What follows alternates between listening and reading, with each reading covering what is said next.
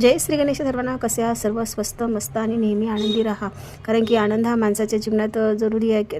आपण आनंदी असलो ना तर आपल्याला जगायला म्हणजे कसं सोपं जाते. म्हणतात ना किंवा सुखाचे दिवस लवकर जातात, दुःखाचे थोडे माहीत पडतात. दिवस दोन्ही पण जातात म्हणा, पण दुःखाचे माहीत पडत असतात आणि सुखाचे लवकर जातात. म्हणून माझं म्हणजे माझी देवाजवळ प्रार्थना आहे की सर्वजण असे सुखी व आनंदाने राहो.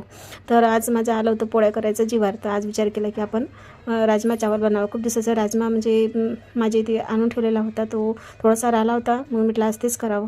आणि कमी असल्यामुळे मी आलू उकडले व त्याच्यात आलू टाकले, कारण की मला तर आलूची भाजी आणि भात जास्त आवडतं. म्हटलं मग आलू मिक्स करून अशी राजमाची भाजी म्हणजे करून घेतली. व इकडे तर राजमासोबत पोळीच आवडते, भात काही आवडत नाही. पण आज पोळ्या करणं जीवार आलं होतं, म्हणून मग आज मी भातच केला होता. इकडे भात ठेवून दिला होता, दुसरीकडे राजमा करायला घेतला होता वेळेवरच. म्हणजे कसं पटकनी पण झालं, कारण की पोरगं जेवायला आलं होतं, त्याला लवकर जेवण करून जायचं होतं. आणि त्यासाठी एकीकडे ठेवला कुकरवर, दुसरीकडे घेतला आपला राजमा बनवायला. त्याच्यात सकाळी माझ्या पोरीने केले होते धपाटे केले होते. धपाटे व शेंगदाण्याची चटणी करून ठेवली होती तिने, मग ते पण होतं. मग त्याच्यामुळे म्हटलं आज भातच करावं.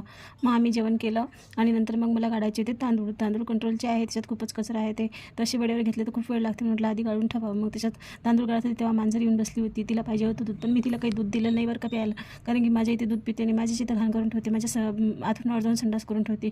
पहा बरं किती शहाणी आहे मांजर. म्हणजे तिला संडास करायची तर घरातील कुठेही किती चालते, काढून फेकतात, पण ती जाऊन बिस्तरावर करते. त्याच्यामुळे मी ठरवलं की आता हिला दूध द्यायचं नाही. त्याच्यामुळे ते दूध तुम्हाला ती आपल्या इथे ते दूध दिलं नाही तर येणार नाही.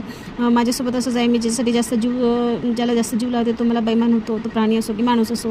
तांदूळ गाडून घेतले व त्याच्यात खूप कचरा असल्यामुळे मला ते तांदूळ गाडायला संध्याकाळच झाली होती. मग स्वयंपाक पण लवकर करायचा होता, कारण की सकाळी भात खाल्ला. खरंच आहे, भात खाल्ला की लवकर भूक लागते, म्हणूनच मग नंतर संध्याकाळी शेवग्या शेंगाची भाजी व पोळ्या केल्या. या मग जेवायला.